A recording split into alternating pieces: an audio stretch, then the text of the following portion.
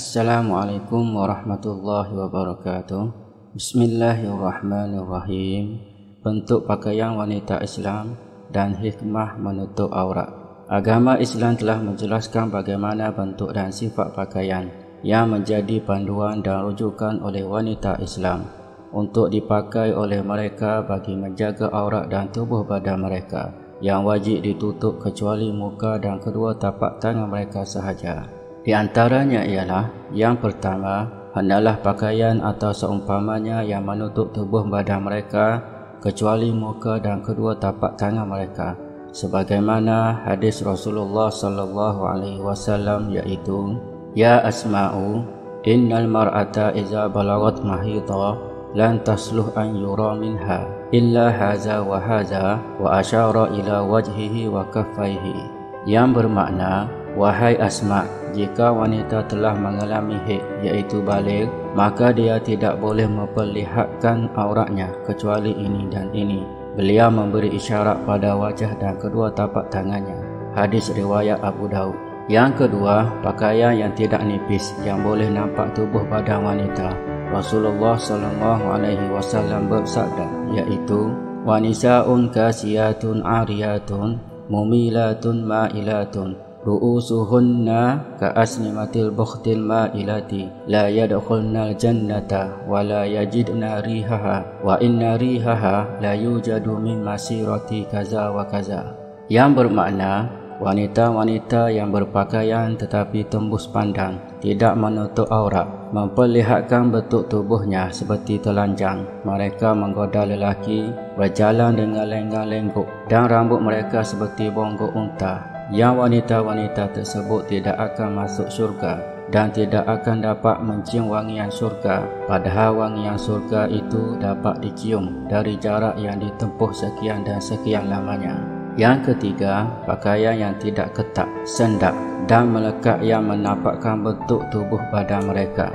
Hadis Rasulullah sallallahu alaihi wasallam yang diriwayatkan oleh Usamah bin Zaid katanya, Rasulullah sallallahu alaihi wasallam memberikan kepadaku baju tebal buatan kibti yang dihadiahkan kepadanya oleh Dahiyatul Qalbi, seorang sahabat baginda. Lalu aku berikan kepada istriku untuk dipakainya. Rasulullah bertanya, kenapa kamu tidak memakainya? Lalu baginda berkata, suruhlah isterimu memakai baju lapisan dalam, kerana aku bimbang kalau ternampak susuk badannya.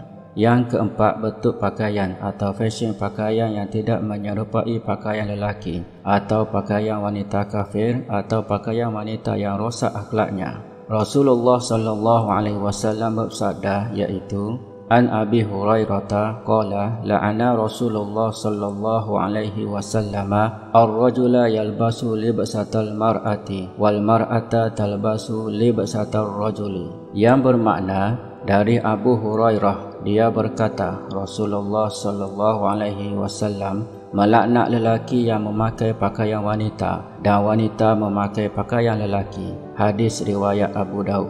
Yang kelima, hendaklah pakaian yang tidak bermaksud untuk bermegah-megah atau menunjuk-nunjuk dan seumpamanya, tetapi pakaian yang menutup auratnya dari dilihat oleh orang lain. Rasulullah sallallahu alaihi wasallam bersabda iaitu, yang bermakna sesiapa yang memakai pakaian untuk bermegah-megah di dunia, nescaya Allah Subhanahu wa taala akan beri pakai kepadanya pakaian yang hina di hari kiamat dan kemudian dinyalakan api kepadanya.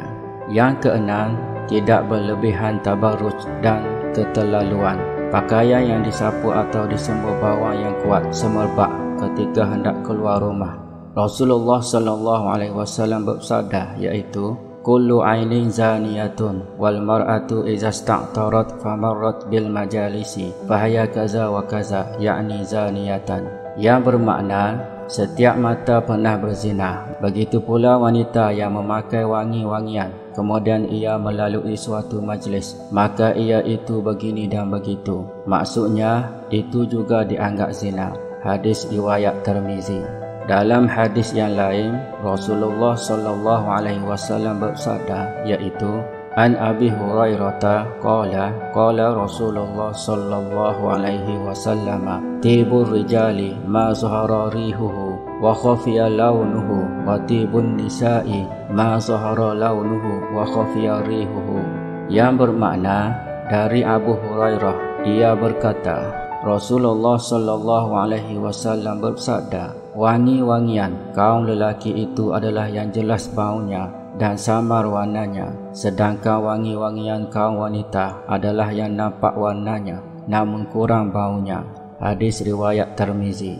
Yang ketujuh, tidak memakai pakaian yang khusus untuk pakaian agama kafir seperti agama Yahudi, Buddha atau Nasara dan sebagainya. Sebagaimana hadis Rasulullah sallallahu alaihi wasallam, yaitu yang bermakna sesiapa yang menyerupai sesuatu kaum itu, maka ia tergolong dalam golongan tersebut, dengan maksud jangan memakai pakaian yang menyerupai agama lain.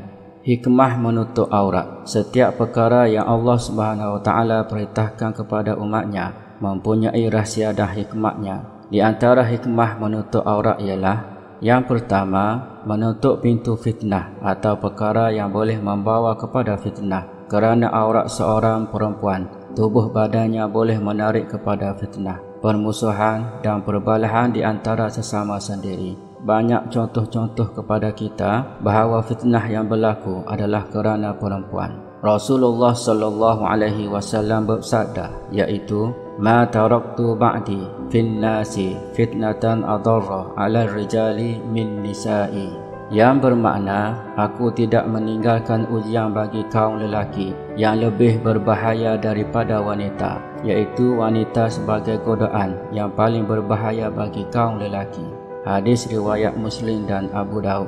Yang kedua, untuk menjauhi dan menghindari berlakunya perbuatan maksiat yang berpunca dari pandangan mata, kerana seluruh tubuh badan wanita itu ada daya tarikan dan mempersonakan apabila dilihat oleh kaum lelaki.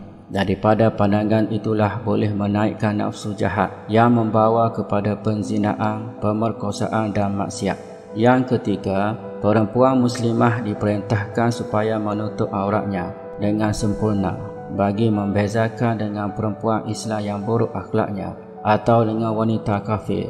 Kerana kebiasaannya, perempuan-perempuan yang buruk akhlaknya atau wanita kafir tidak tahu erti kesopanan dan nilai akhlak serta hilang rasa malu.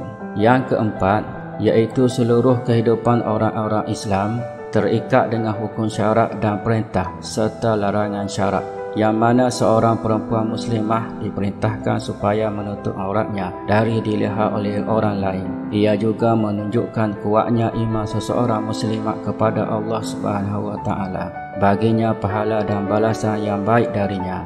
Sekian, wallahu alam. Semoga memberi manfaat untuk kita semua.